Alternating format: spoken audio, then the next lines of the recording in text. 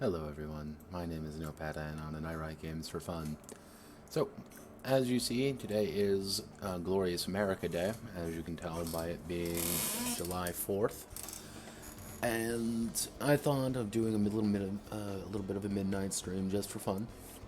I have my close friend here, the Christian brothers, brandy, very smooth, oak bourbon barrel brandy. It's cheap and easy. And as you see by the title of the stream, today is going to be the Design Document Super Show. And this is going to be a few things kind of mashed together. Last stream, what I did was go through all my old games and see what worked, see what didn't, and generally just take stock of things. And I did. And you know what? I think one of the things why I don't pursue some of these games a little more.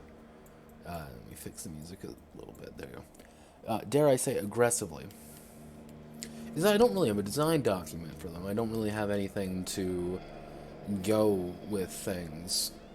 I'm just kind of winging it, you could say, and writing words for And you can have the pitch, but you sometimes having the document there with a clear design goals and ideas is useful and it's helpful to get everything solid. And while I can discuss among myself for a plethora of reasons, it's far easier for me anyway to write things down and vocalize them. So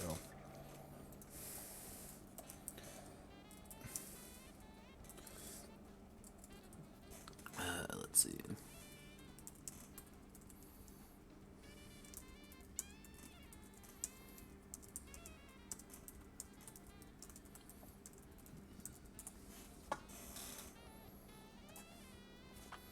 Yeah, let me take the first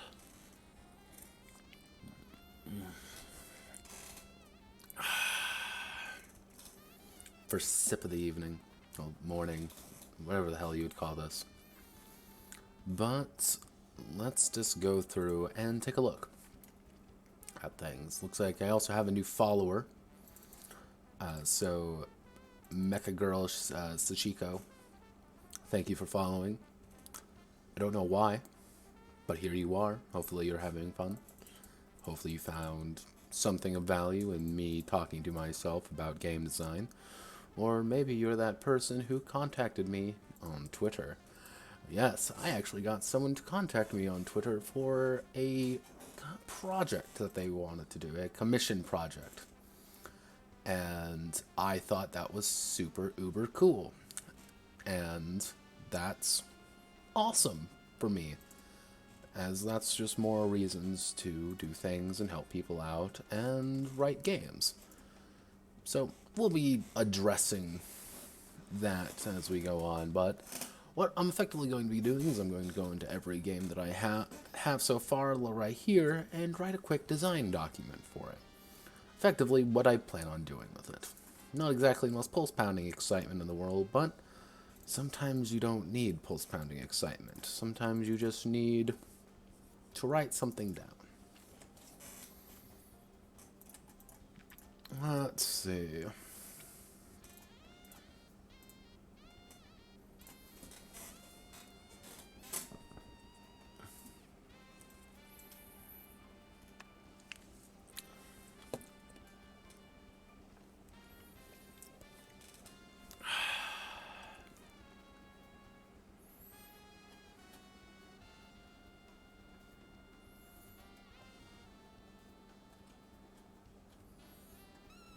As you can see here, here's my very long note of just things I copy-pasted over. So, lit.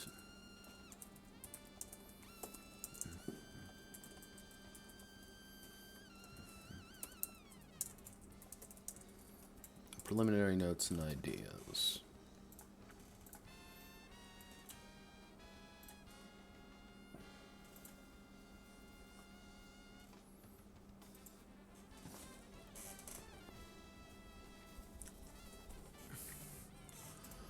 let's see. So, generally speaking, what are we looking at here? So, obviously, let's write our preface. Exalted Litany of Creation was a attempt at making an exalted game with all the things I thought I wanted. What it turned out to be was more a complete mess of things and some novel, if poorly thought out, ideas.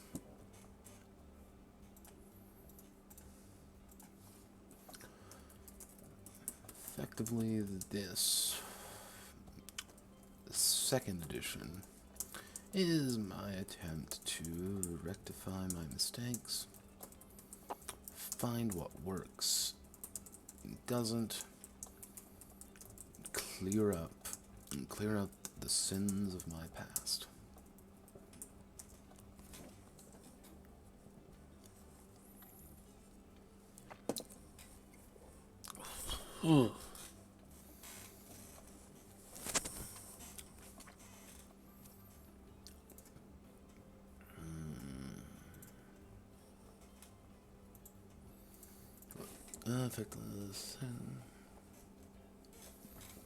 And you know what you have to do when you have to try to fix the sins of the past? That means you have to go in and start looking at what went right and what went wrong. So, let's see.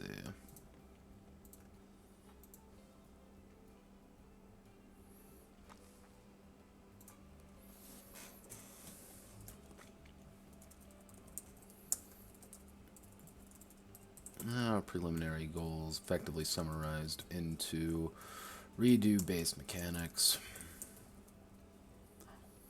Base mechanic.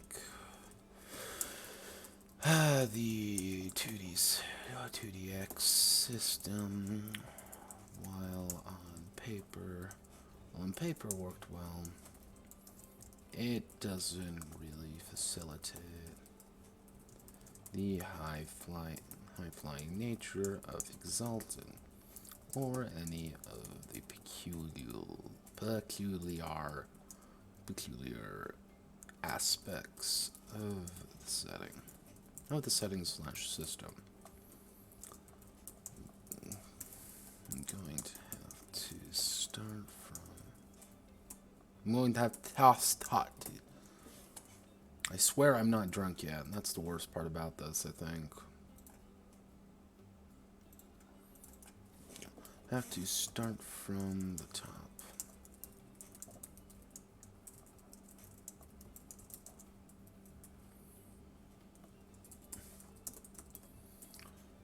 Arguably another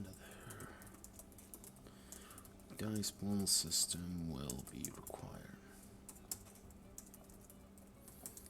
to fully appreciate the finer points of the system and setting. Which actually brings me to another point, and we're gonna go on a little bit of investigation. We're going to the traditional games, everybody. Welcome to TG, a beautiful and exciting place where I'm going to actually find the information I'm looking for. EXG. Hello, Exalted General.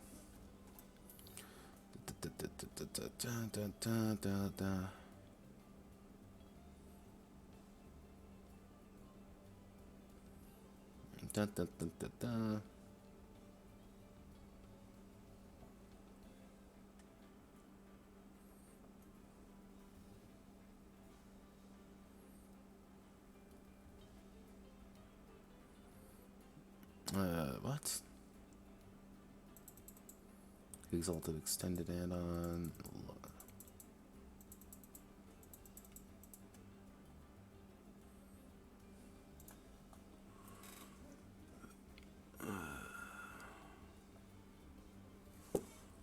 Let's see. Hello, Exalted Extended.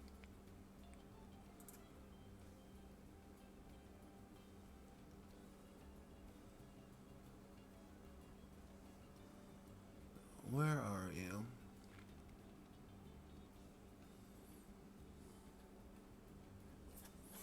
Exalted in on here managed to do quite a bit.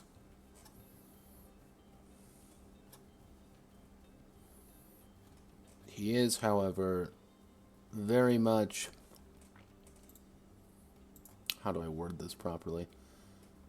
Subscribe to the idea of Exalted. Characters involved, join conflict, role qualities, consequences.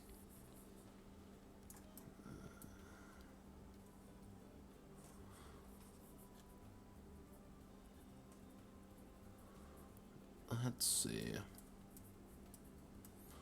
I've been actually hunting this down for a while, so what I'm going to do...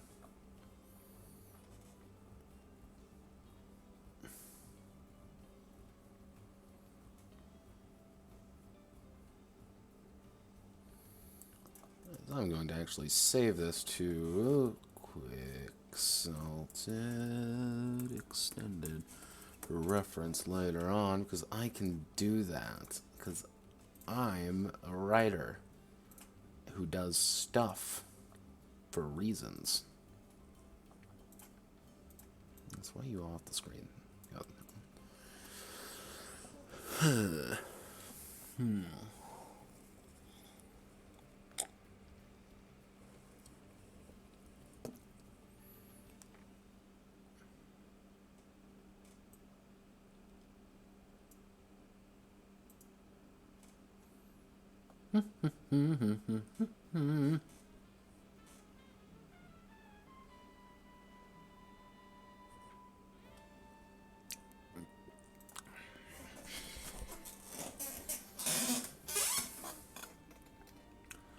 Let's see.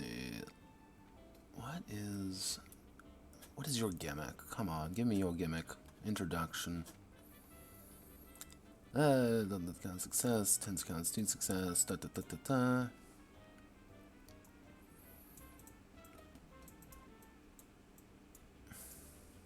Setup roles allow the character to generate setup dice to aid support and prepare for a specific future action. 3 types of actions used: resolve, cast, simple, extended, contested. Stunts first. Incorporate use of the scene. Be brief. Seriously impress everyone. Blah blah blah.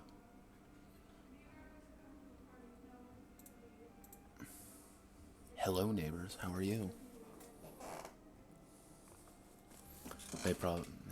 No one can yell at me about being loud now because I have my neighbors shouting at the top of their lungs. But don't worry about that, everyone, because we are fine. Fine people who do fine things.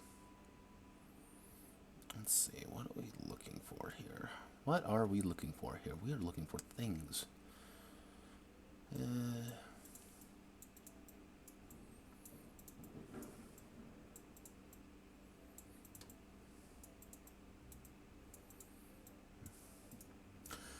Let's see.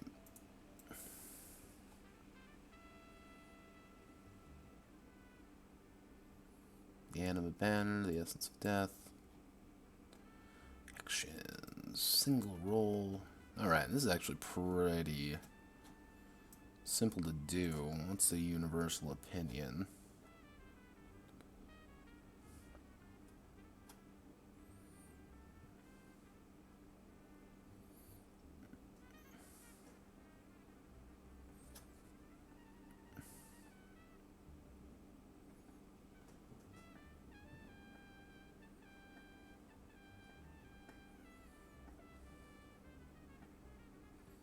Alright. If I want to do something similar to that, if I want to pretty much make my own litany of creation too, Electric Boogaloo. If Quixalted is the summarization of the game itself, what would Litany of Creation be? Litany of Creation would be babies first. Redo the base mechanic, 2d6 them, all works good on paper. Probably reworking Soldat Sans Identité. Soldat Sans Identité.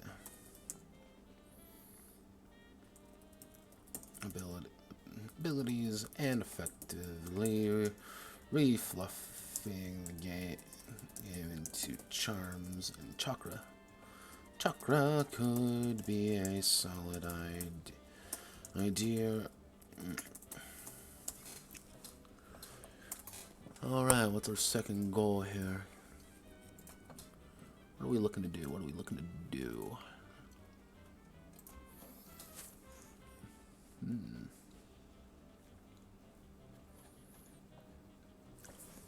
Well, we're going off the Sold Out Sun's identity aspects of things, so fixing charms, we have to decide whether charm are fixed state abilities, or are they simply powers that can be used by Exalted to influence the world. If we go with if we go with the core idea of that charms are something fundamental to the Exalted, that, Flying Monkey Fist is a thing that the Exalted can do. No one else can do the Flying Monkey Fist except the Exalted. We have to add in Flying Monkey Fist. However, if we go with the idea that charms are more personalized, more individual, as in the base litany of creation, we end up with something a little bit more freeform. But that's one of those kind of sticking points. I'm gonna say questions to answer.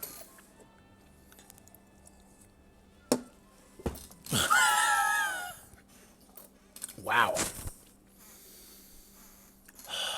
That's some good, man.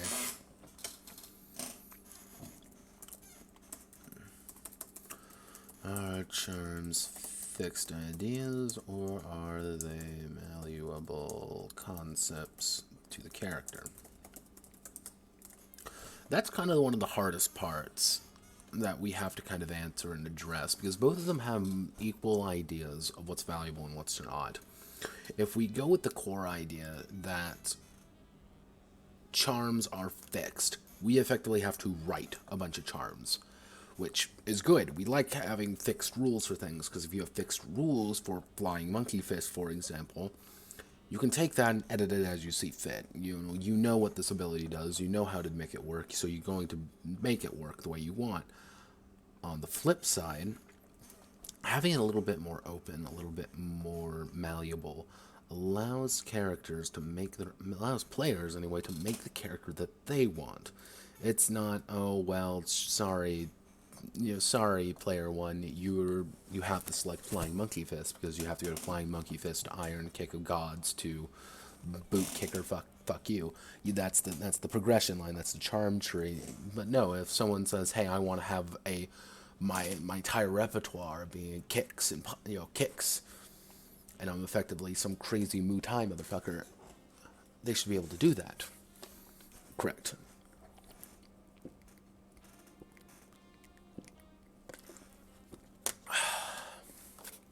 Now, if we go with the Sold Out Sun's identity part, what we could effectively do is go with almost a Mandela idea, if I want to stick with the more Eastern themes of things.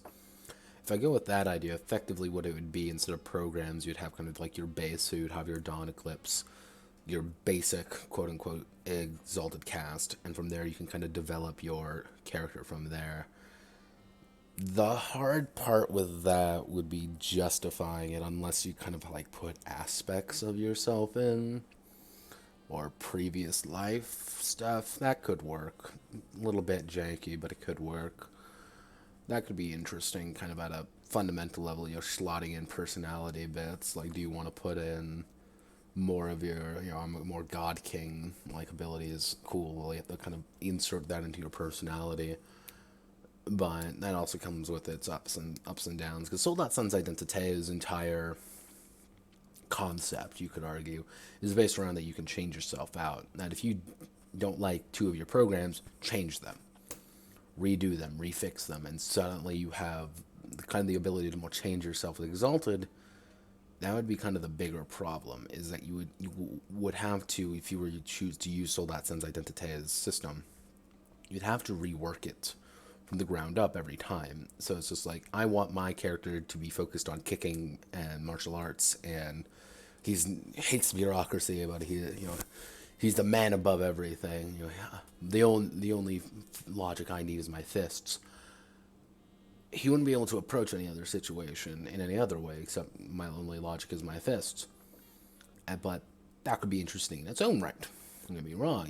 It's you end up typecasting yourself, or you kind of slot yourself into a single thing. But that's what solars are supposed to do. That's what lunars are supposed to kind of be like. That's what these characters are supposed to be like. Excellent in a thing. They're not flawless people. They are above average, yes. Probably, if I were to be a betting man, I could probably use the energy system and just change it over to motes and essence. That'd be a fairly simple conversion. Take 20 minutes. I think the hardest part is I would have to switch over all the weapons and just add in all the various bits and parts. So let's keep going down this investigative journey, shall we?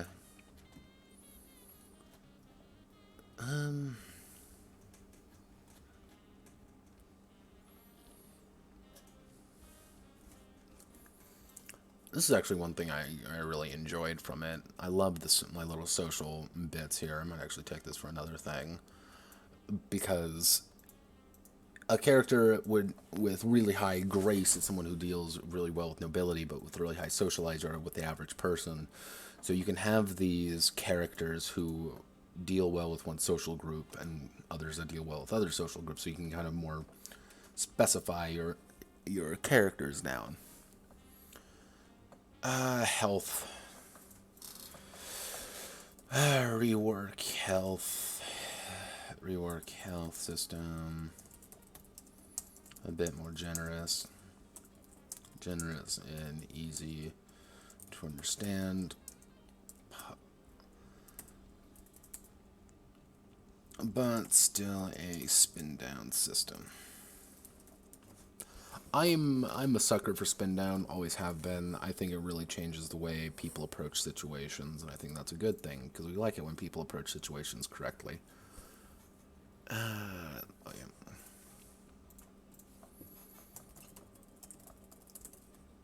System and idea. Broadcast system. Less class and more broad abilities and ideas. And let's ask ourselves another question. Are casts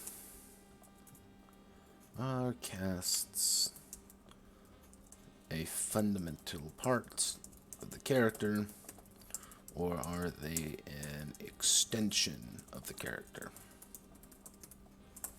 That's important to ask, because we have, if you go under the idea are the cast is a fundamental part of the character, that if your cast is wrong or not right, you're fundamentally playing your character wrong. Like, if I want to play a warrior, play like a super cool warrior, playing an Eclipse may not be the best idea. You want to play a Dawn, obviously. But if we go with the other idea, or if they're an extension of the character, it's, why is this super warrior an Eclipse cast? Well, maybe he's a diplomat, maybe he's a negotiator, maybe he's a person who negotiates, a person who deals with things. He might be a soldier, but he's still a individual who does these things. On the other hand, why would this scholar be a Dawn? Well, maybe he's a master tactician, maybe he's this. But it's kind of having to ask yourself, going that both ways. Are casts a fundamental part of them? When you're building your character, should your cast be priority one, or do you pick the cast at the end of character creation? Pretty much it's beginning or ending, because that kind of edits how you approach certain things and how they would be displayed, if that makes any remote sense. What I'm going to have to do is focus down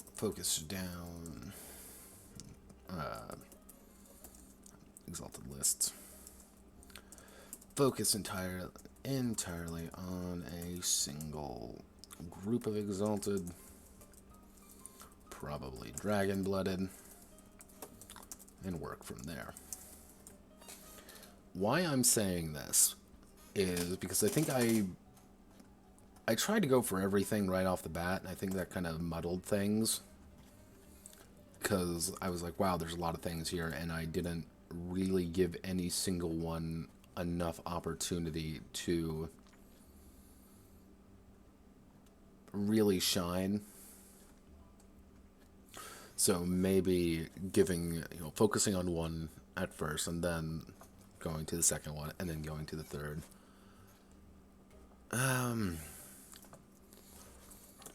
Rework social system.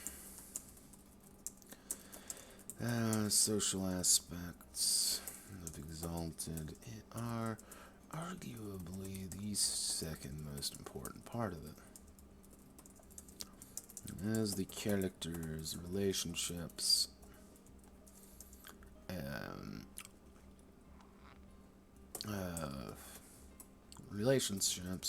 define who they are, as well as have them understand where they stand.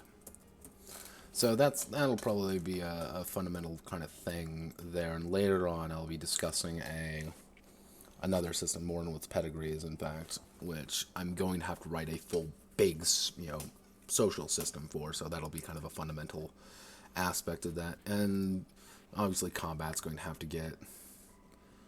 Ooh, God, this had drive in it, didn't it? I'm just going to put a big note in here saying combat fixie up. Yes. Actually, what I'm going to put down,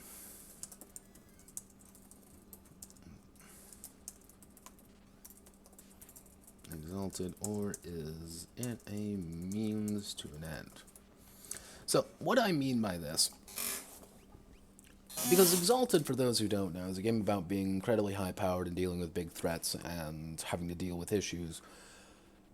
But I've heard debated multiple times that Exalted is best when you have to deal with things of more of a, how do I word this? The consequences of, rather than the issues then. What's the consequence of engaging the warlord in single combat and killing him in front of his horde? What is the consequence of launching into these fights? What's the consequence of dueling this man to the death and killing him?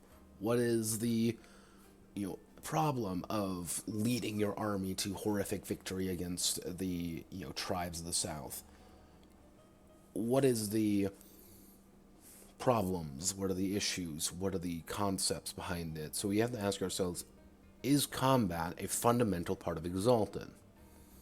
Because if it's a fundamental part of Exalted, you obviously want a combat system that's actually fairly in-depth, fairly complex, like the base game. Base game actually says combat's a fairly important part. Half the charms in the game are dedicated to combat. That's an irreversible fact. And if we go with that idea, combat is something that is unavoidable in Exalted. You have to have it. If you do not have combat in Exalted, you are doing something wrong. How we have to make it good. However, if we address the fact that it is a means to an end, you launch into combat because you run out of options, or it's the players have decided. It's like every other action. They're perfect at it. They're going to absolutely slaughter things and win. But it's how they win, how fast they win, and why do they win, and what happens after. The consequences of such. Then we can ease up on combat mechanics. Actually, hell, we can actually even fold them into other mechanics and make it more of a conflict resolution system rather than a combat resolution system, which are slightly different things, but still kind of fundamentally different. So, alright.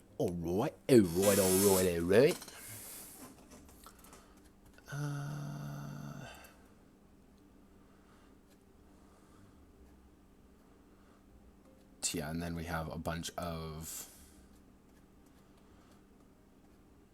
ideas.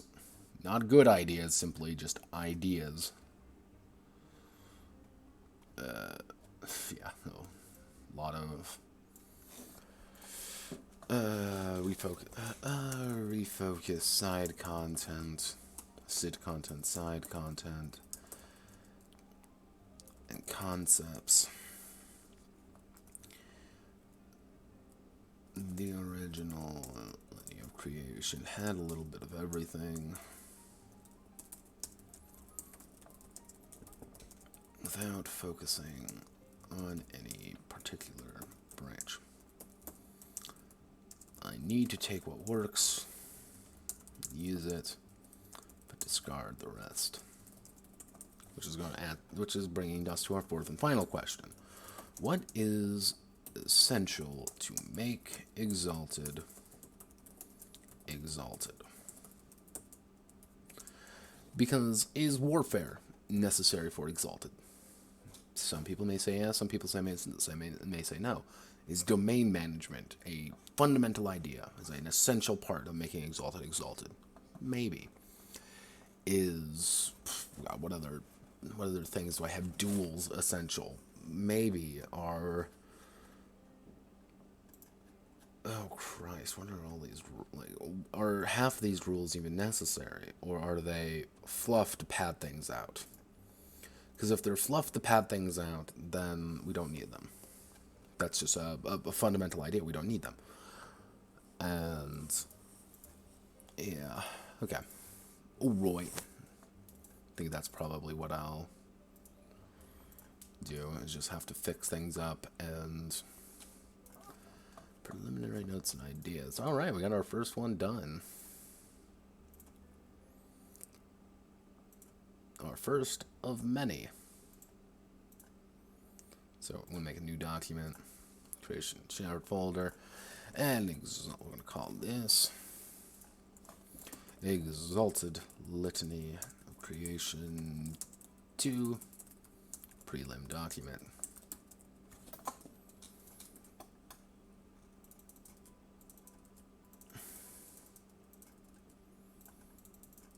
Alright, there we go.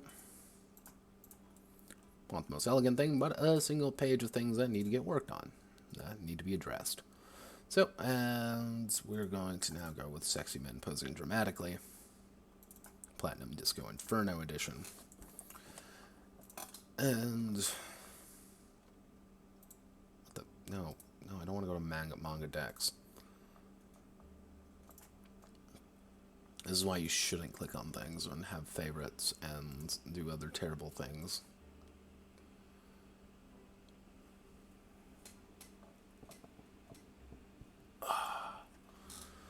Snap my back into place, and we're dealing with Sexy Men Posing Dramatically. Platinum Disco Inferno.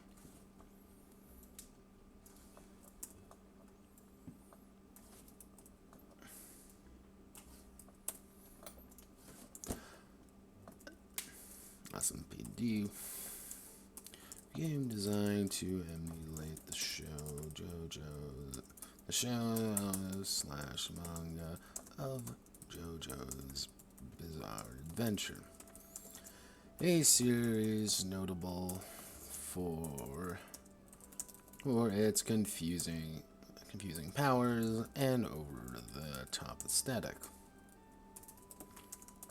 However, creating a game based off such an IP is difficult for a number of reasons, chief of which is that the in-setting rules are malleable and hard to understand at points.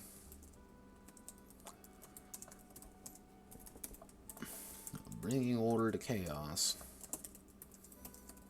is the fundamental goal of this endeavor. So, preliminary goal. Let's go through Sexy Men Posing Dramatically. So, attribute D6.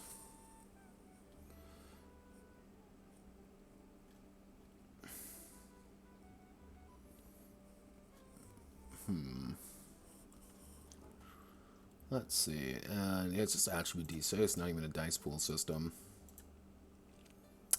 Interesting, interesting, interesting. It's not even a dice pool system. Arguably, resimplify base mechanic. The current base mechanic is a bit swingy. With characters able to quickly dice around with massive ranges, making some checks trivial, and others straight up impossible. I wanted to change this. Possibly using Project Inchlings. Inchlings OVA method. OVA method. Roll XD6. Keep matching numbers.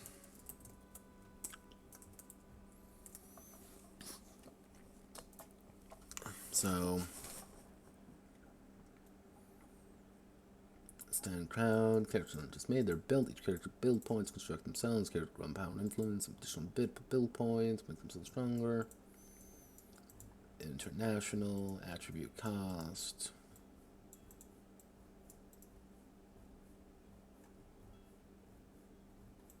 Secondary stand power, stand ability, augment, enhancement, or effect. Passions, history, or skills. Apparel.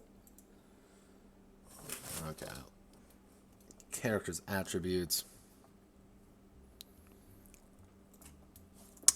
Remajigger. Character attributes. The current scale is a bit wonky and difficult to manage. I'll have to rectify that. That's when fixing the base mechanic. So effectively, I broke it down into four attributes per, well, technically a character had 7 attributes. You had your 4 basic character attributes, your sparkle, your charismatic ability and fabulous nature, your pose, you physically influence the world, a high pose is muscle, toughness and physical mass, and wits. What I will most likely end up doing is sparkle and wits are decent alone. It's pose and muscle that are kind of the problem children, which pretty much what I wanted to do is muscle is your big, like how tough and how much you can hit and how much damage you can take, while pose is how much damage you can do. So I may have to combine these two together to make it one, and just make it 6 attributes. Well, stand attributes, on the other hand, were their own thing. There were 3 stand attributes: Esper, Physical, and Aura. None of these quite worked, and I'm going to have to just fix all of that. Because stand creation categorized with wild nature of them, unique expression of an individual's, actually fix that, individual's fighting spirit in the natural world. Individuals might perceive a stand's influence as poltergeist or ghosts, or even magic, but stands are simply a reflection of the user's will in the world. However, for the sake of ease, there are 4 types of main stands: humanoid stands, integrated stands, automatic stands, and swarm stands. All powers fall into 3 categories: affect the user, affect the world, affect another. Forms one of the above, but they can also change by editing using abilities, effects, enhancements, and augmentations. Abilities: fixed skill, the power can be used to perform. Effects: triggered when the power is used. Enhancements: flat bonus. Augmentations: George Joestar stands, Caecilian Crest, use power of intangibility, affects only him, the user. He says that lasts for ESP seconds. At character creation, he opts to buy 2 augmentations. His first allows him to make certain body parts intangible, and his second augmentation that he can grab other objects or people and make them intangible. Jin Tanaka's Uptown Boys, quick and deadly stand with the power to accelerate an object using his CSP. Alright, well, we know what I gotta do here.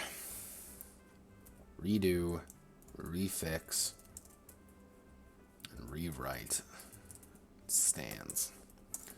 Stands are a difficult thing to fully categorize, as they are simultaneously a power and an independent object. Possibly stealing something from Little Fears. Monsters and Other Childish Things.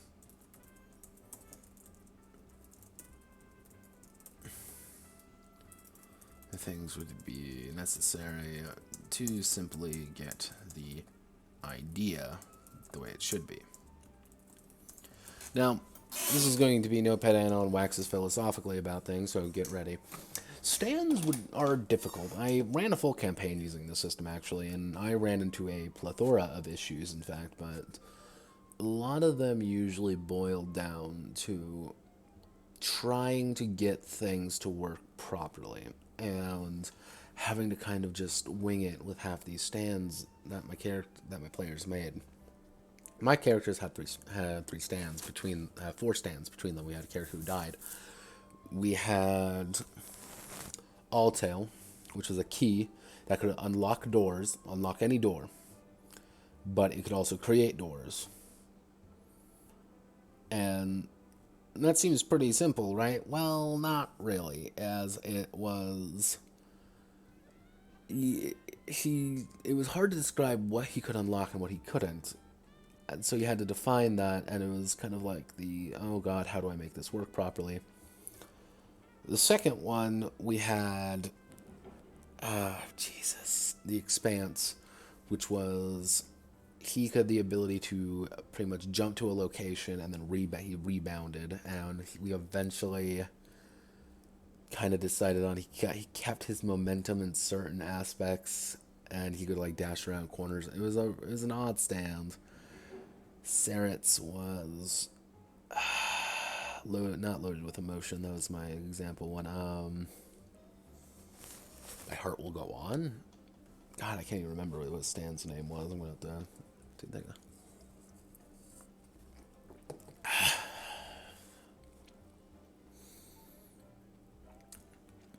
But he had the ability to pretty much integrate with someone's nervous system and like shut them down. He died in a stupid fight that I should have. That entire game was stupid fights. But he got replaced by a nerd. I can't remember his name. Who had the ability to create armor around himself or anyone else.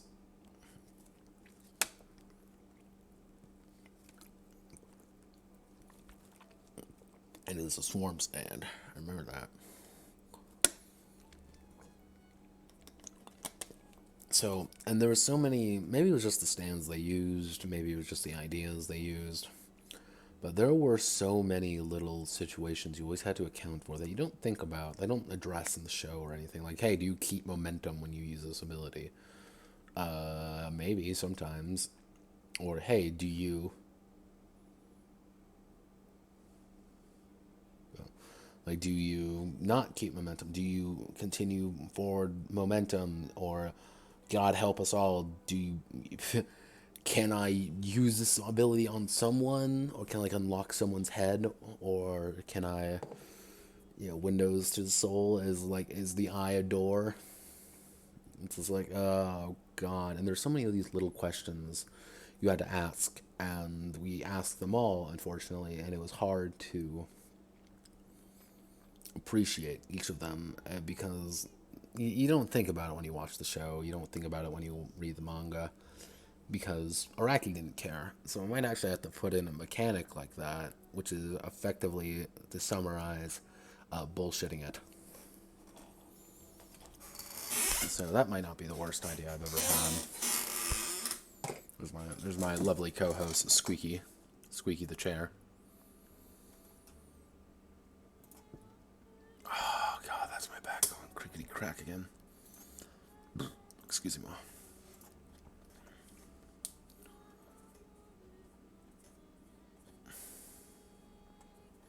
Yeah, and this is actually one thing I did enjoy, dying fabulously. Pretty much the more wounded you got, the more dice you ended up rolling, and pretty much the more health. Because the better you got, the more hurt you were. So you actually kind of wanted to arguably go quicker.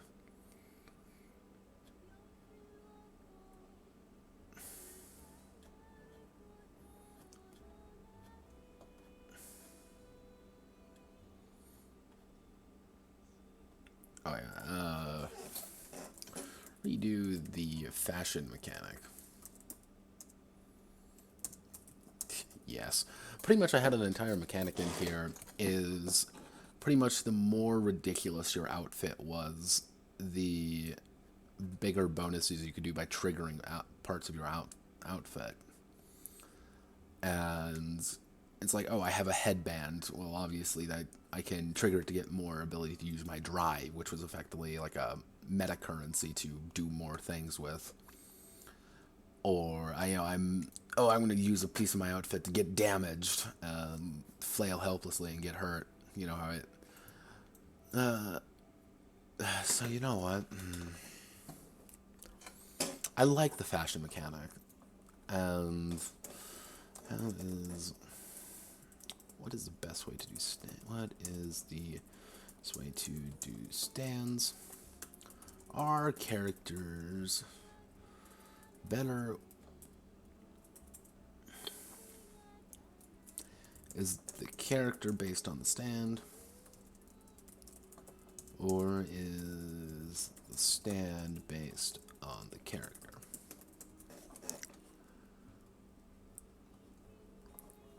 Yeah. I'm gonna have to just redo a lot of little parts of this game. That's what it's going to be. It's just going to be me redoing parts and bits and pieces to make sure that it works the exact way I want it to. And also, before I actually do this, rewrite the conflict mechanics. Battles in JoJo's Bizarre Adventure, JJBA, are rarely straight punch-outs, but a complex back and forth between the two sides as they attempt to outsmart one another. Outsmart and outdo one another. I need to reflect that. So that's going to be the hardest part, I think, is just doing the mechanics the way that I would want them to do it properly, if that makes any remote amount of sense. We are looking for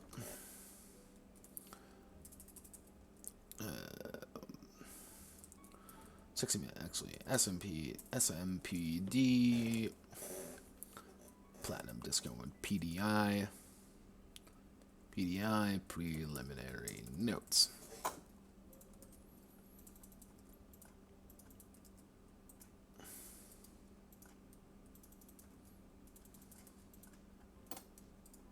Platinum.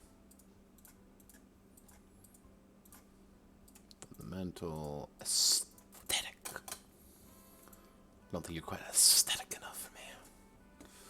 So we got Table Talk Online. Yeah, you get to see all my drinking habits in full force, effectively. So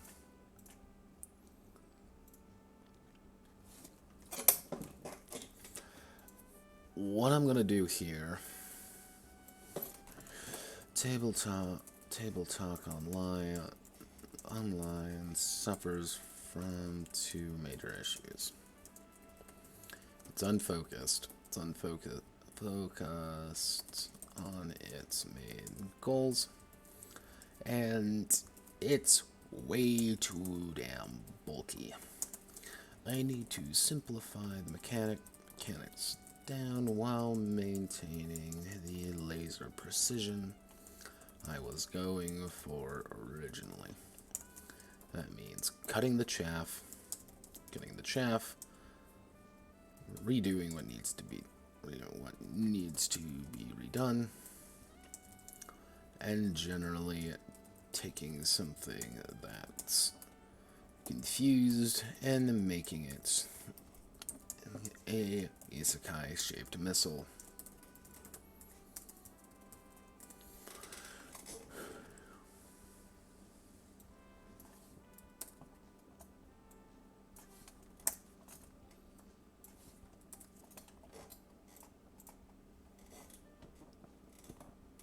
Oh, God.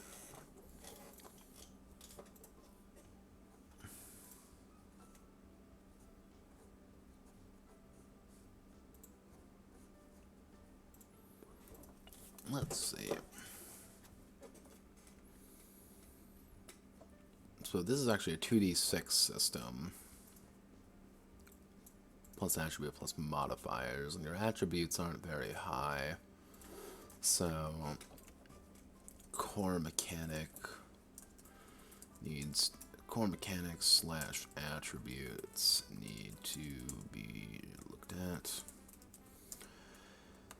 The core experience of the game should be a slight power fantasy, but dealing with the situations of being a isekai protagonist in a fantasy world. Characters should feel powerful, but they should also feel out of place.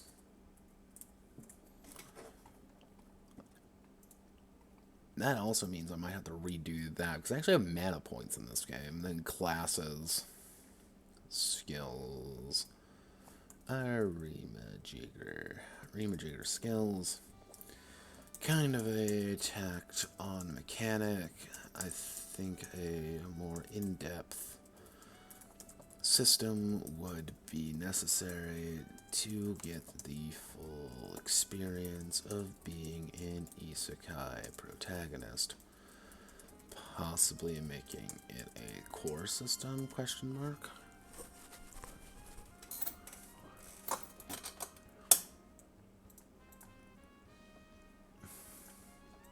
Of course, I'm listening to a Final Fantasy soundtrack while doing this, just to really get me in the mood.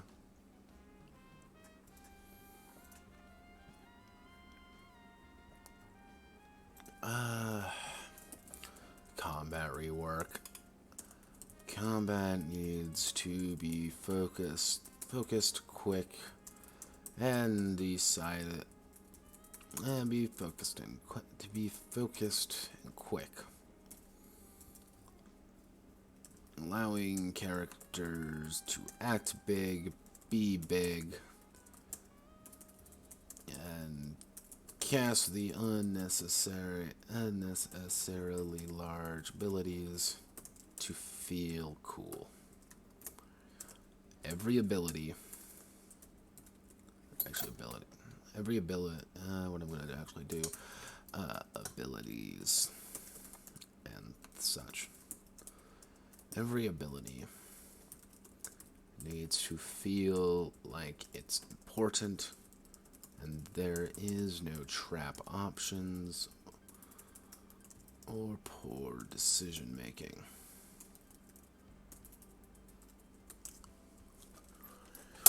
Because one of the things I did, and this was probably one of the biggest games I did in terms of pure abilities and numbers and things, with the highest amount of just stuff to worry about. That being, you have your main class attributes, your class skills, your class ability, all your talents, which you only get to select a smaller few of them, and then you have all of these, and every ability has one, and pretty much a majority of my time fixing Table Talk Online is going to be cleaning these up.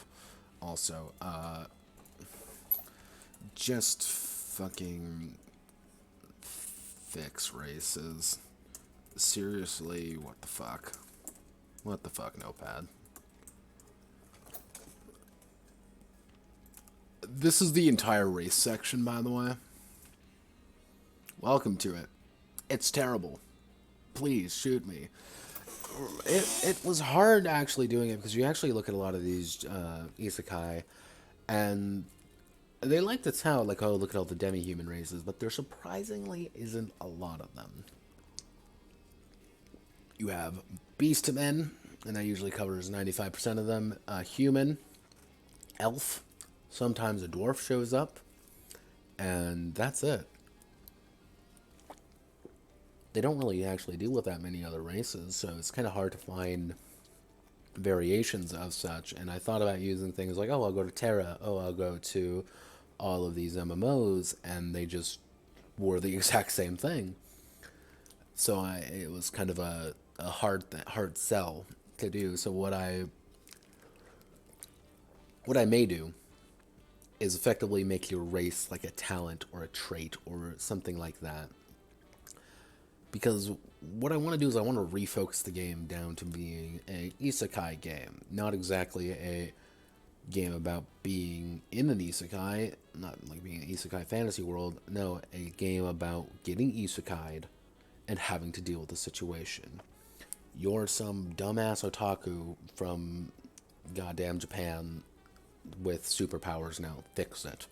Or you're a band of Russian soldiers trapped in the other world. You have an RPG and enough ammo and about a clip between all of you. What's the plan? That's the feeling I want to get.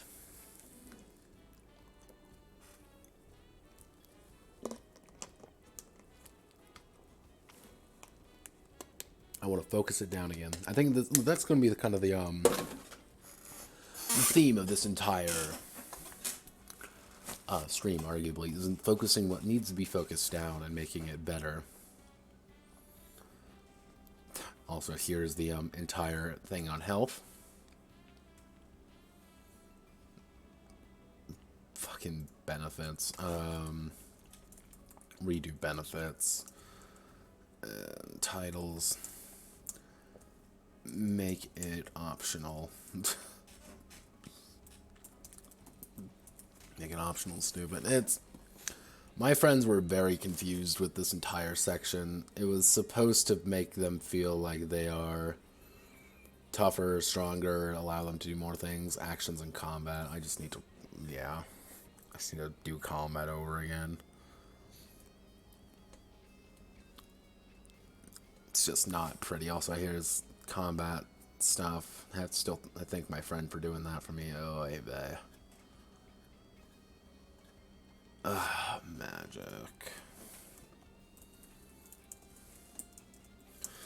Magic needs a simultaneously simpler system, but with a bit more depth. I may apply the basic Final Fantasy logic to things for the sake of ease. What do I mean by the Final Fantasy logic? It is quite literally, you get, oh, I want to cast fire ability. It's like, fire, combat, this. And it's firaga, faruga, or, oh god, that's firaga. Yeah, that's it. I know my Final Fantasy. I don't play Final Fantasy games. It's been a while. Yeah. Advancement. Look at all my various weapons. That just needs to get fixed. All of this needs to just... Now we get all the pointless shit. Because overall, again, there's just a lot of stuff. Integrate side classes into main classes. Just seriously, just do it. Just do it. Fix the broken classes. And give a bit more depth to the various isekai classes.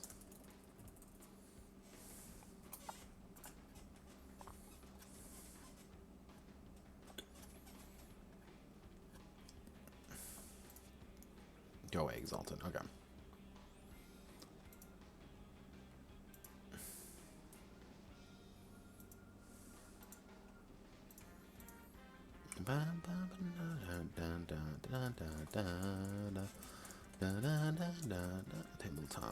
Table Talk Online.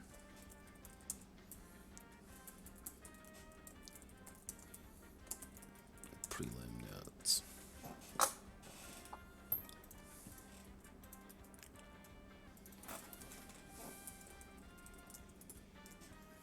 Table Talk Online.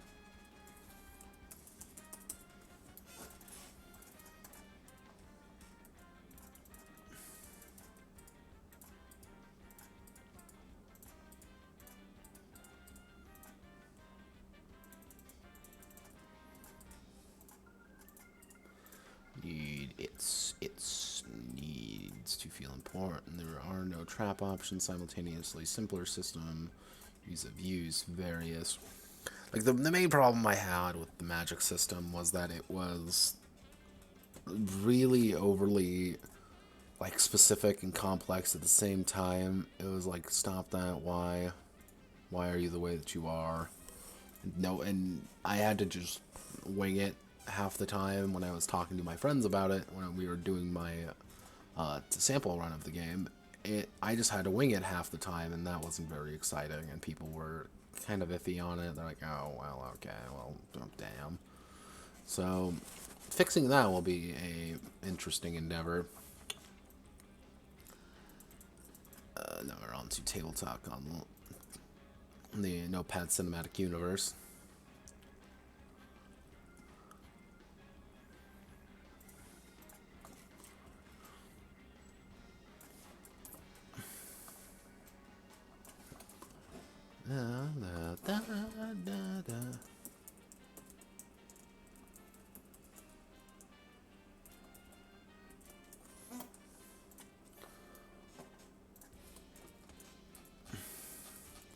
Superheroes are a confusing mess to deal with for a number of reasons, but the chief of which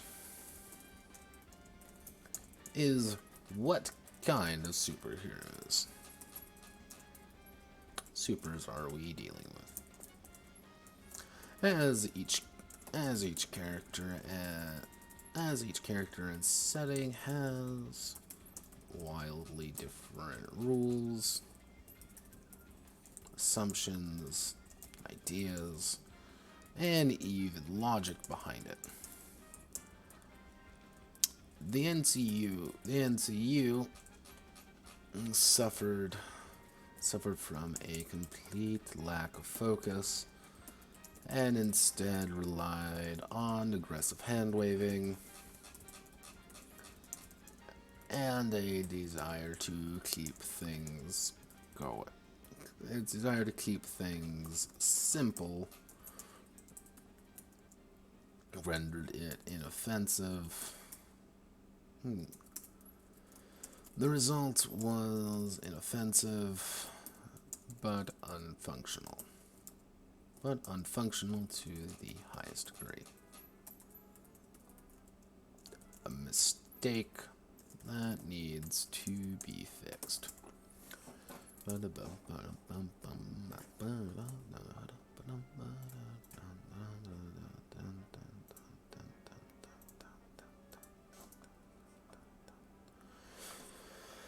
You can't tell I'm quite tired at this point, and maybe the alcohol's finally hitting me. It's like, oh god.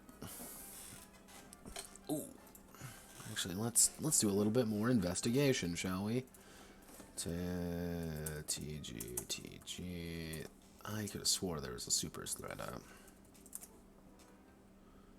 That's a no-no. That's a no-no. No.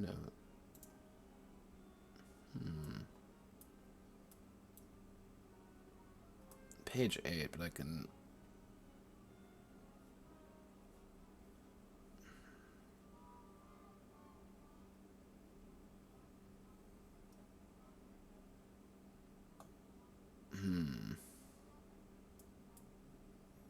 I may have to ask a few questions here of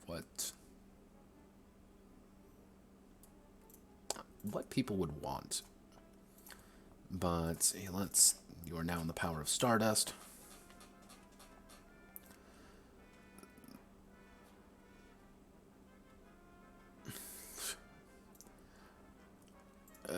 attribute D6. Redo the entire base mechanic. The sins of platinum disc, SMPD are rife, are present throughout the system, without any of the absurdity and situations to permit such a thing. I need to fix and edit things to feel more natural, which will come with the theme and ideas. Questions to answer. What theme is appropriate? What theme should be applied to the set system in general? That question needs to be answered. That's almost arguably the most important question in the entire idea, is that if we can't answer that question, what theme that should everything be based off of? Because one of my biggest problem I had, and I think it's kind of the biggest thing and why I feel that, and the NCU just didn't do anything, and I hate always looking at it, is that I tried to accommodate everything from My Hero Academia, which is actually fairly low powered in some respects because there are some useless powers, to One Punch Man. That pure range of instant defeat to I'm an asshole with a shitty power, and kind of everything in between, because I wanted to be able to run street level supers, but I also wanted to be Superman, and that's such a wide, thick thing to think about, that trying to encapsulate everything into one singular thing is almost impossible. It's, how do you fit in everything? You don't. That's the problem. You can't simply just wave your hands around and say, well, everything just works in this system, because that's how you end up in D&D problems where, D20 can obviously run everything, being like, no, it can't. Hell, I even had to do this with standard issue science fiction, where light fades softly. Is where I eventually had to take the game. I said, well, this is encountering everything in sci-fi. This is encountering everything in post-apocalypse, and shave off parts. I had to shave off things that were too big. This was a space opera game about grand people and grand adventures going on having grand problems. Or this is a game about Eastern European, dingy, dirty wasteland warfare. It's not about wacky, fun laser guns and such. It's not about that. It's about struggling to survive. This game needs that focus, but I don't know where it is yet. If I can find that base mechanic, that base idea, I think that everything else really clicks together. Because, let's say we're doing Super Sentai. You immediately have an idea, the kind of what's needed, what's not needed, versus something like, I want to create a game that effectively is summarized as My Hero Academia. For example, My Hero Academia has a very different set and feeling than a Super Sentai show. Overall, Super Sentai is a fairly low power setting. It's a bunch of teenagers dressed up in costumes, kicking and screaming and having sparks fly out of things. Or it's Kamen Rider. It's very different. It's like punch, kick, rider, kick. Very different logic, very different ideas than Minnesota Smash, or United States of Smash. That's a very different concept. Very different ideas behind them. They might share some similar concepts and ideas, but they're very different. Even though they share the same genre, it's just like you can't really compare Warhammer 40,000 to Star Wars. Like, they're part of the same genre, arguably, and even down to the same specific space operatic niche, but they're so different that it's impossible to compare the two. There's so many different assumptions you have to go off of, so many different ideas, so many different concepts, that trying to compare the two is almost impossible. While that goes for superheroes, like, can you run Watchmen characters in One Punch Man? No, that doesn't fucking work. Watchmen characters don't function in that setting. They don't mesh. The ideas don't click together. But can you run My Hero characters in One Punch Man? Maybe, but not really at the same time, because you have, characters like Saitama to worry about, and Saitama's just so massive and so big, so powerful. That's the idea of being quirkless. So the example is a big deal in My Hero. Hell, that's the entire main character's fucking goal to worry about, is that I'm quirkless, what do I do?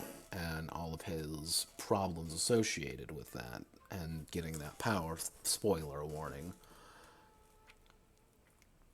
And if I can find that little spark, that little circular thing, the square, the circular hole to my circular peg, I can fit that in there. If it clicks, I can make everything else work. The problem is I haven't found it yet. Supers, there was a period of time where I loved Super. It wasn't even, Marvel stuff. I don't like Marvel, to be honest. It's never really been my jam. DC has always been mine, but I was obsessed with Kamen Rider for a while. Super Sentai shows, One Punch Man, My Hero, kind of the very East and Asian sphere of superheroes, because they have a very different interpretation of them. It's very corporate, very focused on stories. Like, I read it was 1,000 Yen Hero. I read that. I loved it. It was very fascinating. Still updating, and I still need to catch up on it because I'm lazy. I'm a lazy asshole. But you had a lot of interesting ideas behind it. But I also watched Kamen Rider Amazons on Amazon, and that's another very different idea, very different feeling to it. But I really enjoyed it because it wasn't about the rider fights. It wasn't about the battles. It wasn't about that. It was about the characters and how they deal with things. Jin Tanaka is probably the best anti-hero in the fucking world, because I enjoyed him. Because he was a dick, but he was a dick you understood. He's a character that you hate and love and want to keep. You want to make sure he's happy, but you also want to make sure that he fails to thwart the heroes. Let's see. Gadgetry, mental.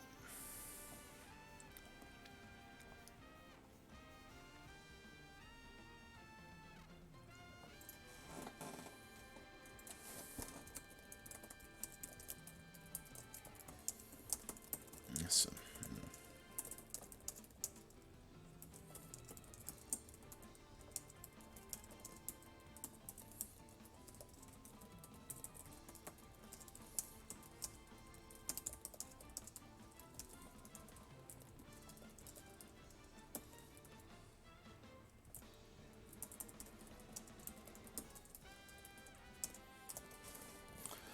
The power system.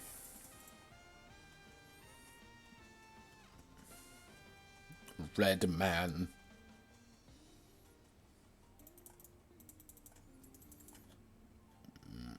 Yeah, again, I was obsessed with this spin down mechanic for a while.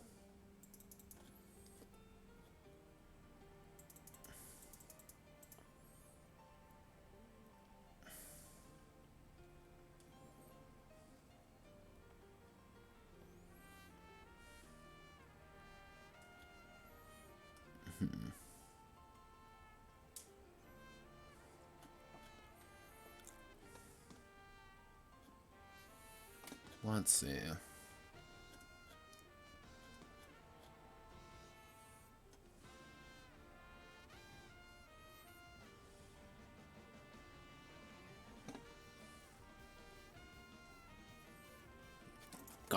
Man, I need to catch up on Kamen Rider stuff. I've been meaning to, but I've been lazy. So this is really all I'm going to write for it, to be honest, because this is I need to get that focus and to really make this work, make this entire thing sing. And doing such is my priority. Like, I can't really do much else except this.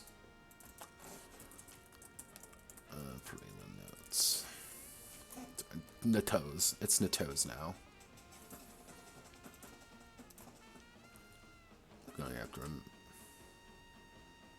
It's morphin time, everyone.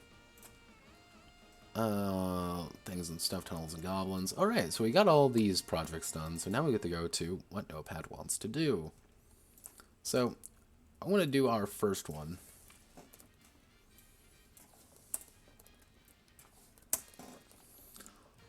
So, and I click the button again, everyone, because I am a complete fucking moron when it comes to this streaming thing. I've been doing this for a while, but I still have no idea what the hell I'm doing.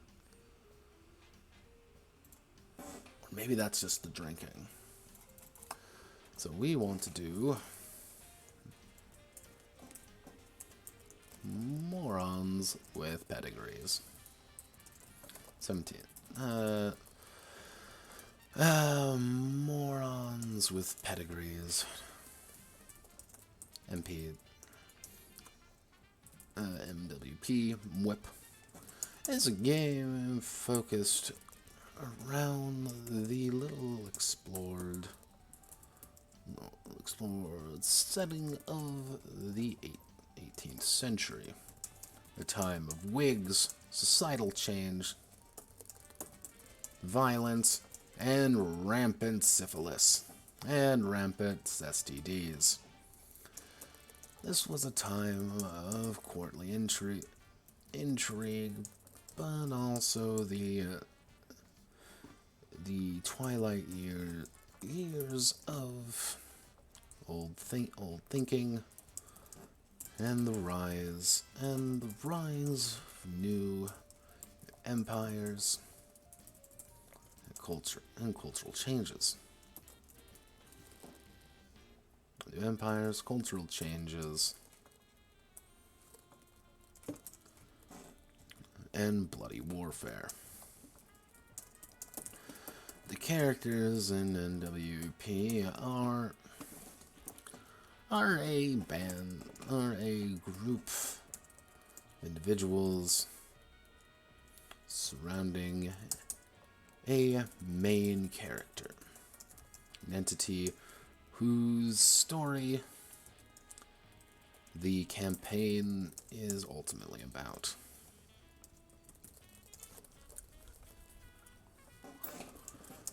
Characters will plot, scheme, sleep, and murder their way to the ending, whether they survive to it or not. Fundamentally speaking, what I want this game to be like is a societal game. A game about middling gentries, about people in country states, about Jane Austen books where about everyone's sleeping with each other and we're all assholes. Because you're, again, morons with pedigrees. You have a thing to accommodate. You have people to worry about. You have society to have. Preliminary goals and ideas. Attribute system is based on the four humors. Based on the four humors, which also reflect a troublesome mechanic of falling to your humors, which force the characters into certain situations and problems if they are too focused on a single attribute. The skill system is lighter than usual, but based on Barbarians of Lemuria, which is a fantastic game, and I will always shill Barbarians of Lemuria, and you should totally buy Mythic Edition, because the guy is actually really cool, pumps out a bunch of new cool and weird little content. It's actually a really great game as well. It's arguably one of the best games I've ever had the pleasure of playing. based on Barbarian of Lemuria's career system.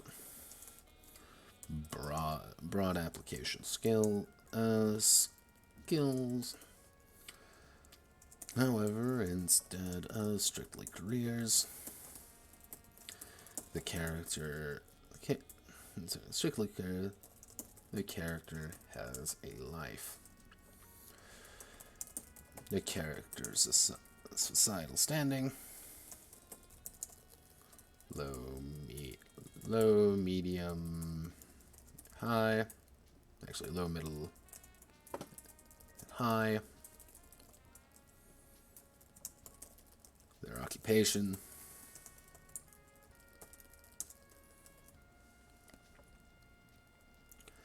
Soldier, teacher, servant, etc., etc. Actually, bureaucrat, etc. And their relationship to the main character. Favorites: friend, lover, comrade, ex-lover, hatred, bitter rivals, siblings,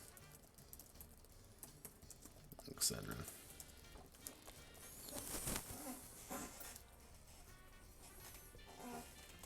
This is kind of my preliminary ideas. Like, I have the ideas in my head, because my example character I came up with in my head is Colonel Buckworth. An Englishman of good standing, and also really bad teeth. Lord Buckworth is kind of an asshole, and his career is military. He is a military man through and through. All his life he's been kind of this soldier, and he's decidedly middle class, upper middle. Look, he's an officer, but he was born into a poorer family. But he's trying to work his way up.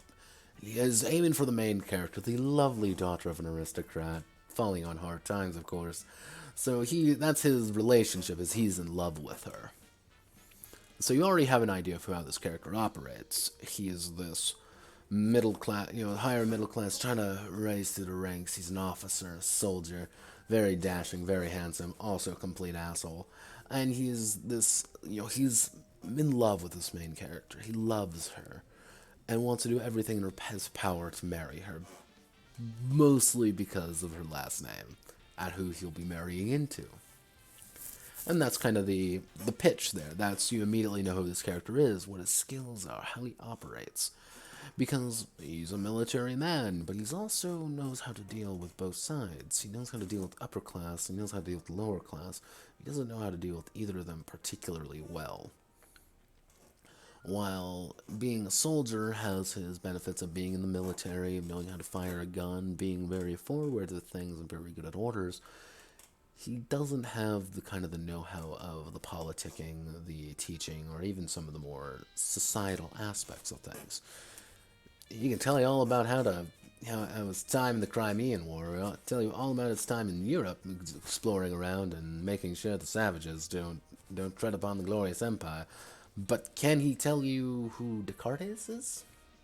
Can he tell you his favorite Bach song? No, because he doesn't care about that. He's an officer. He's a man of high standing and low ideas. And these are I don't know if I want like 2 careers or I want like how I want to do the occupations. Like, I might make it like 2-3 occupations, depending on how old the character is anyway. Also, a BCS Destiny point system / Shakespeare, the role-playing game. Give me 1 second. I gotta write this game right. Shakespeare, the role-playing game. Story importance. Story important points. Combat is incredibly deadly and it completely incentivized. And incentivize completely.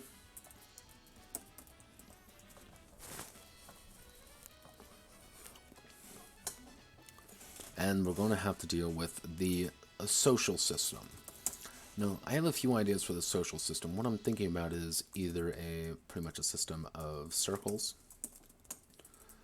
where, for example, our Lord Buckworth, Colonel Buckworth, his relationships, his circles would be his soldiers and the woman he loves social circle. And it's kind of his dealing with both of those. And so it's like, well, the soldiers, obviously, and where maybe another character is from. Maybe he's just a low-class soldier who's also his best friend.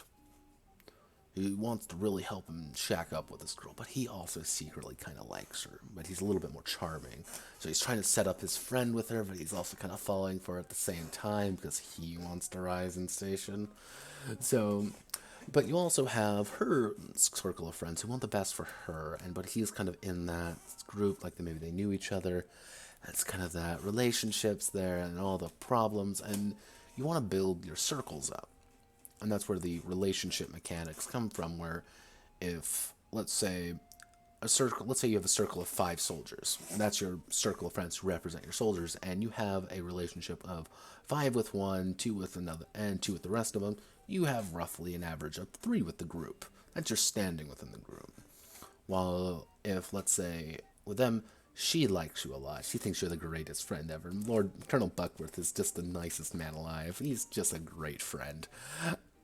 You might have 3 with her, but all her friends hate him at like -2. You might have 0 standing in the group, or even a -1. She might like you, but the actual circle of group, the actual people are a little bit more hostile. We're not even dealing with the low-class servants, where, of course, her closest friend and also only confidant in the situation actually is from, who's secretly also trying to kind of figure out if you're a good person. My other one is an intrigue system. Intrigue system. Let me see. It's also they're firing fireworks off. They're celebrating it 4th of July a little early. I don't quite know how I want to do that, so I'm actually how to do the social system in a satisfying and meaty, quote-unquote, meaty way. Because I want to give it a little bit more depth than you would traditionally apply to something like a social, quote, social mechanics. Because you don't think of that, really, when it comes to social mechanics. You're like, oh, well, that's the antithesis of role-playing. You shouldn't put social mechanics in game. Fuck off. That's my opinion on the matter. It's like they're in there for a reason. So we want to base this off. What I was thinking of doing is possibly even D20 based. Such as, let's say I have my blood humor, kind of dictating my bravado and my upfront nature with people. And being, if I'm high in the blood, of course I'm going to stick up to myself and be like, hey, fuck you. Where if it's something that I want to do, maybe I have to roll under, but if it's something I don't really want to do, I don't want to be provoked into a fight with, Lord Barnsworth, a complete jackass, as I'm Colonel Bucktooth, I'm suddenly, forced to roll above my blood. It's like, oh, I have 18 blood. Like, yeah, I keep succeeding at all these checks where I have to force to use my blood, but now I have to do this to not get dragged into this fight. God damn it! And suddenly you get dragged into this fight you don't mean to. And suddenly it's a duel, and, it's, again, combat's deadly, combat is dangerous. And what if you do kill him? Because, again, everything is lethal. That's one thing I want to emphasize, is combat is completely lethal. One shot from anything kills you. There's no health in this game. That's one thing I really want to, actually... no health in game. There's no health, per se. If I get shot with a gun, I'm probably going to die. If I get stabbed with a sword, I'm probably going to die. Unless I have plot power.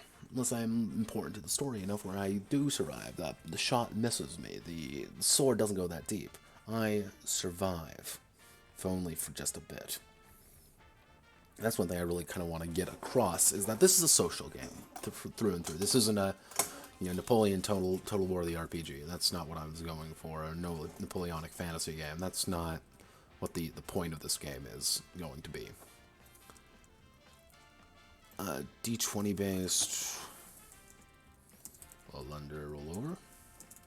Question mark. Yeah, I think that works. I think it gives a good enough feeling. That's the word I want to go. Nope, didn't mean to hit that button. I want to hit Google Docs, create, share.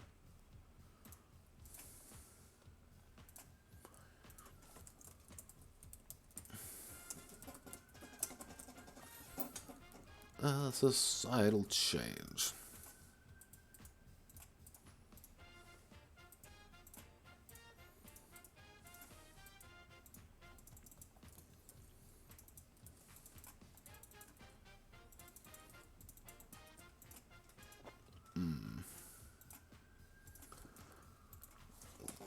Personality? Question mark?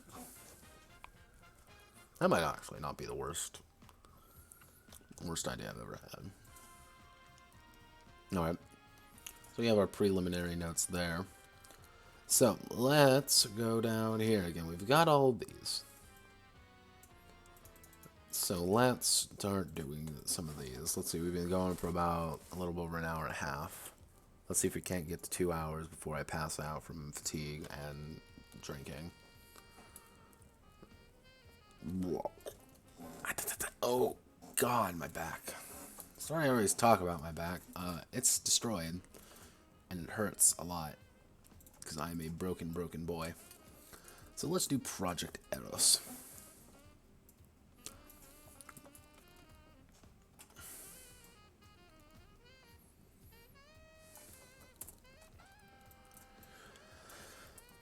Preface. The RP sphere is an interesting beast, as it uses games that one would traditionally not expect to be run for the purposes of light erotic role-playing. Games like Pathfinder, D&D, and even World of Dark, get like Pathfinder, D&D, and even Units and Masterminds, or thick games with some deeper rules, but don't dissuade the individuals focused on it. Individuals focused on ERPing. I want to write a game that is entirely focused on such a game. One to facilitate a game about dicks and the process of using them.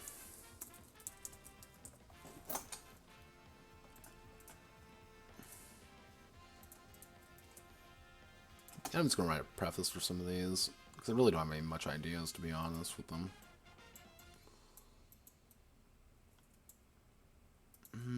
Actually, I don't really have any ideas. Why am I even talking about them?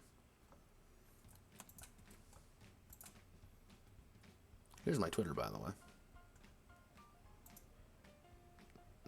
I'm checking. Get nothing. I'm checking on. I mentioned at the beginning of the stream. I actually probably will wrap it up because I'm getting actually pretty tired. Goddamn tired. I mentioned at the beginning of the stream someone approached me on Twitter regarding a game idea. They said they wanted to commission me and write them a game, and I said, hey, cool, I can do that. And what they pitched Let's see, I'm gonna bring it up.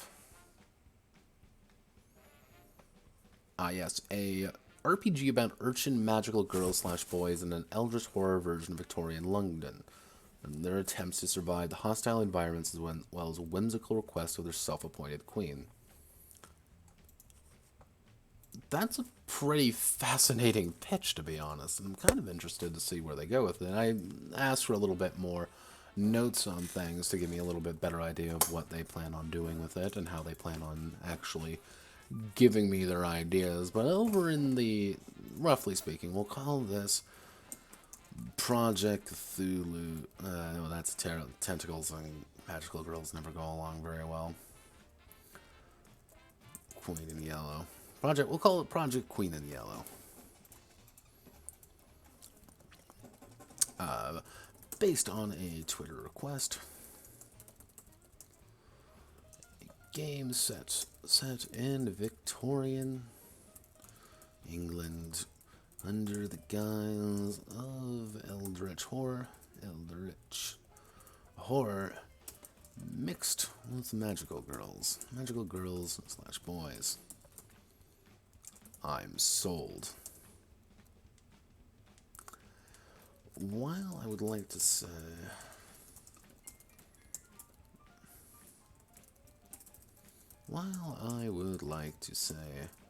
I know where the request is going,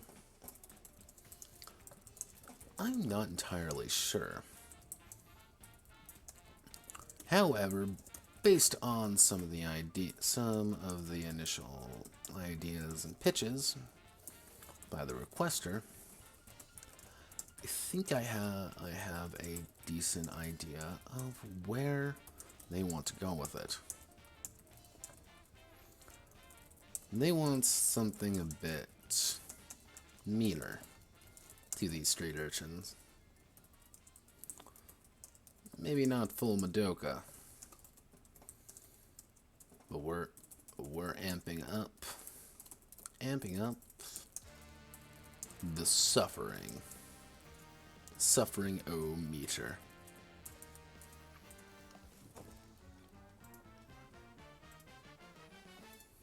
Preliminary goals and ideas. We're going to have dealing how I still don't have a solid idea of how she wants to approach, how they want to approach things. I can only assume a fairly simple system is required. I can work with that. If anything, I can crib from Project Inchling and employ the OVA system for the ease of use. Depending on how they choose to use their magic, they can also start using some of the pitches regarding Project Inchling's health systems. Soul, body, and mind would be great things to lose in the gutters of Victorian England.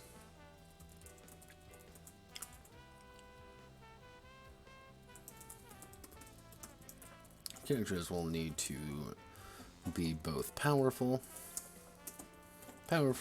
but helpless at the same time, requiring teamwork to survive the hostile environments, while also managing their own selfish goals.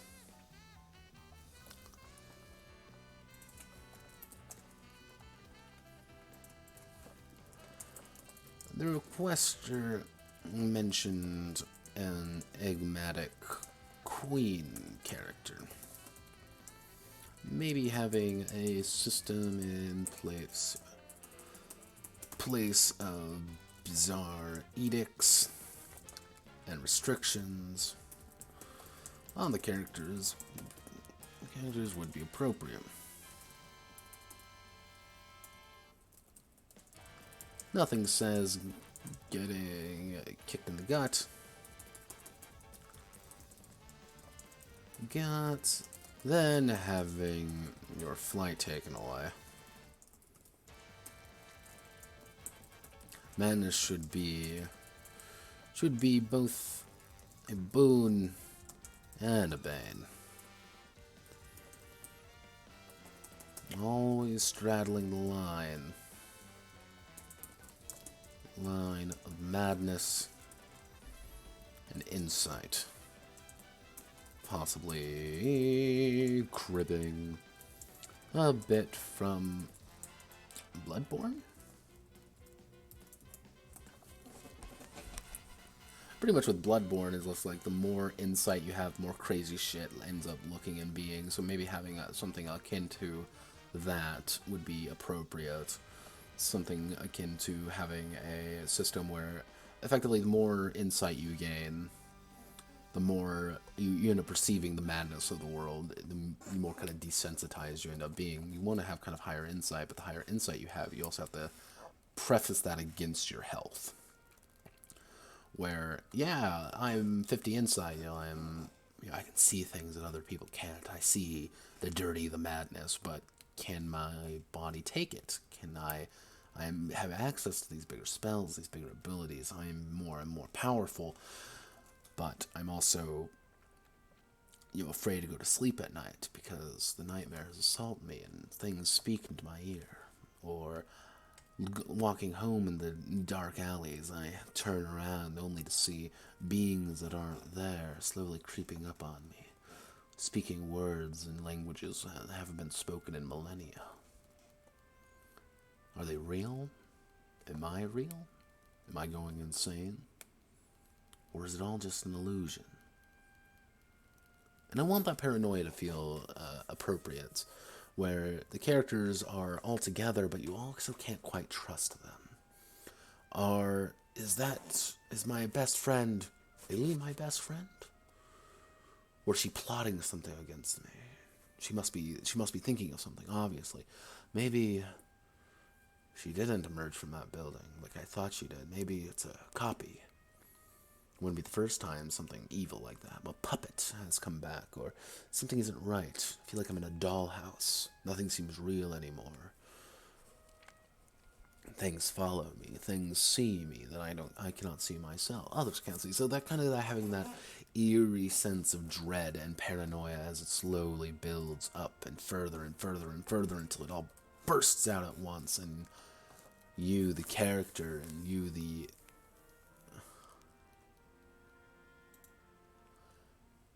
having the feeling of dread, of uncomfortableness, of not quite knowing what's right, what's wrong, just that it's there. It's some terrifying thing. You can't put your finger on it, nor can you want to put your finger on it necessarily. That's kind of the idea of what I want to go for. Something uncomfortable.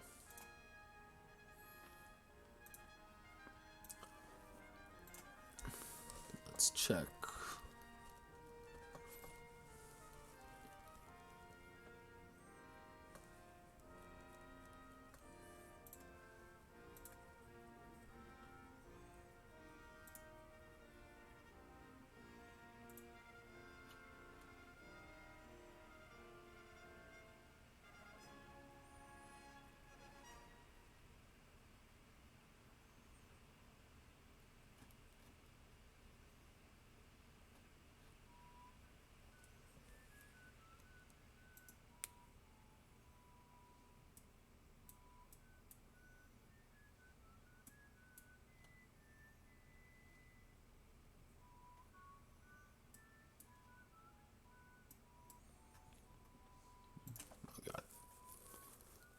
Clicky, clicky.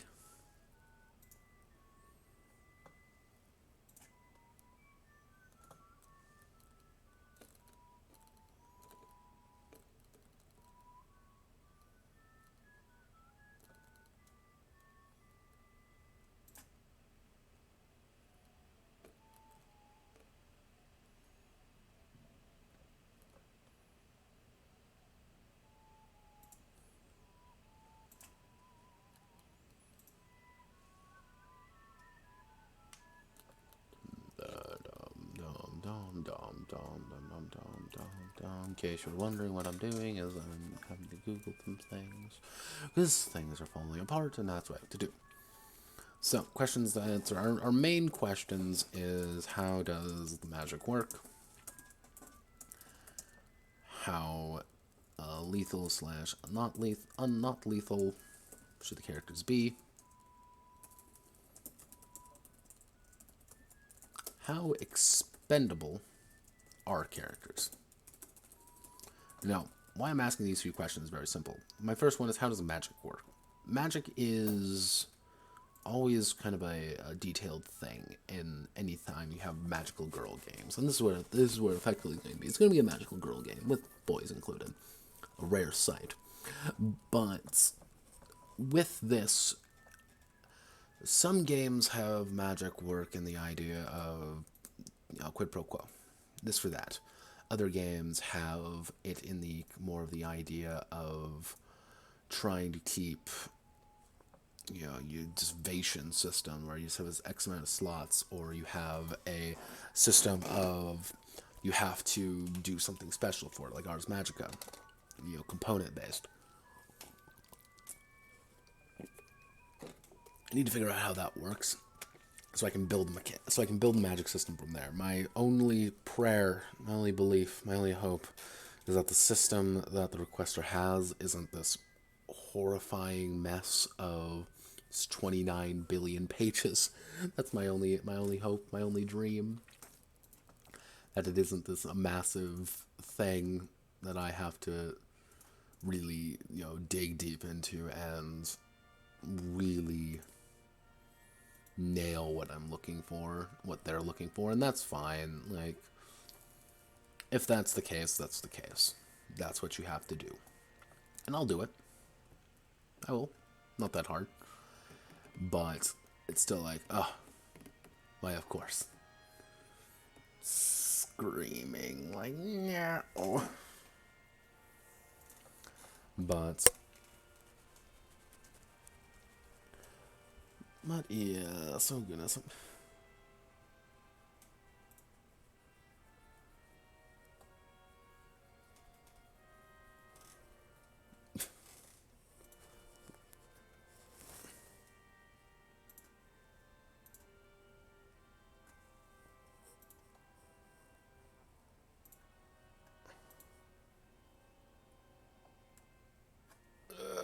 God, everything's burning.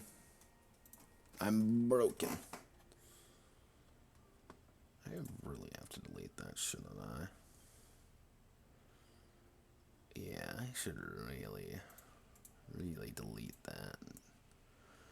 Yeah, I'm checking a business email, because I have a business email, everyone. It's notepadanon@gmx.com, which you should totally email in case you have any questions or concerns that you have with me. Or don't, because you're not real, I guess. I don't know. Let's see. Also, how lethal slash not lethal characters should be. Pretty much the health and well-being of characters. Should characters always feel like they're on the edge of death, or should they actually have a little bit of oomph behind them? And finally, how expendable are characters?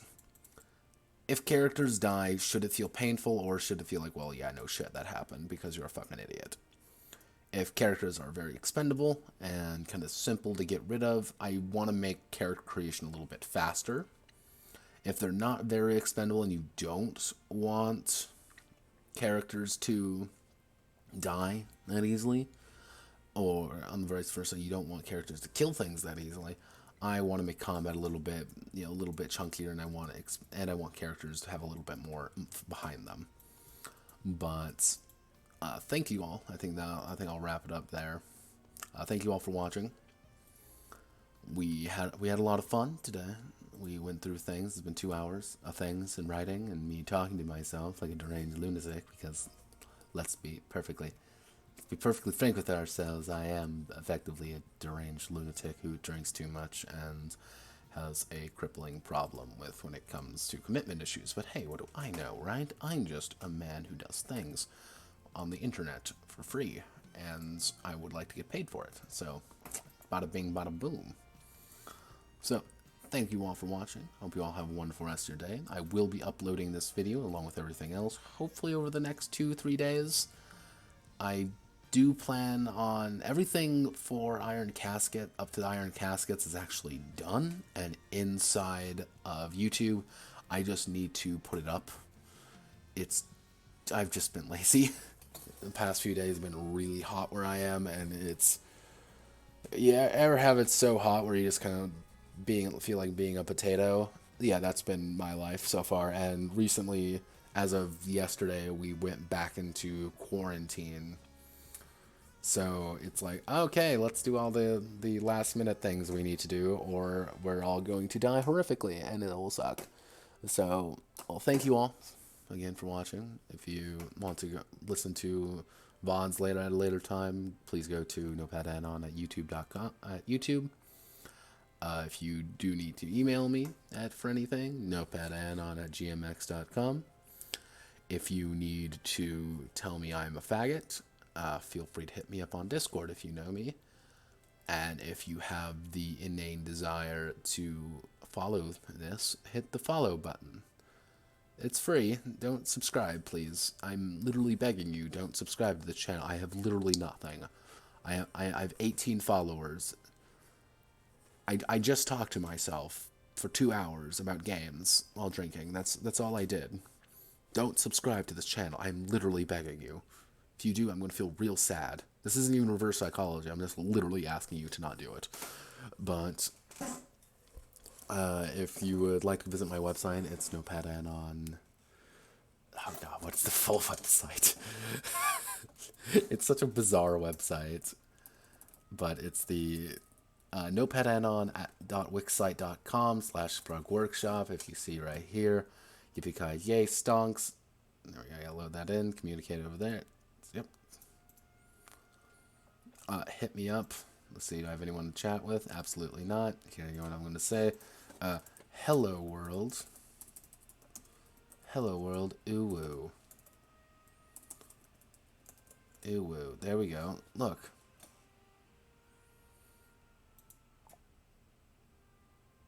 Bada bing. So it's great. I can even see. I'm going to type in notepadanon and say notepadanon at gmx.com and say, hey, I'm going to submit that. Look, it's that easy. So I'll be able to talk to you guys in case you need anything. And then I'm going to look at that email later and I'm going to die because I realized I just typed ooh-woo to myself. If you haven't realized yet, I'm delaying to get to 2 hours because I'm a very lazy person. And I really want to get to 2 hours because I said I'd stream for 2 hours tonight to myself. So thank you all. Have a wonderful rest of your night. Godspeed. Good luck. We're going to wait 10 seconds. 7, 6, 5, 4, 3, 2, 1. And we did it, everyone. 2 hours of streaming. Good night.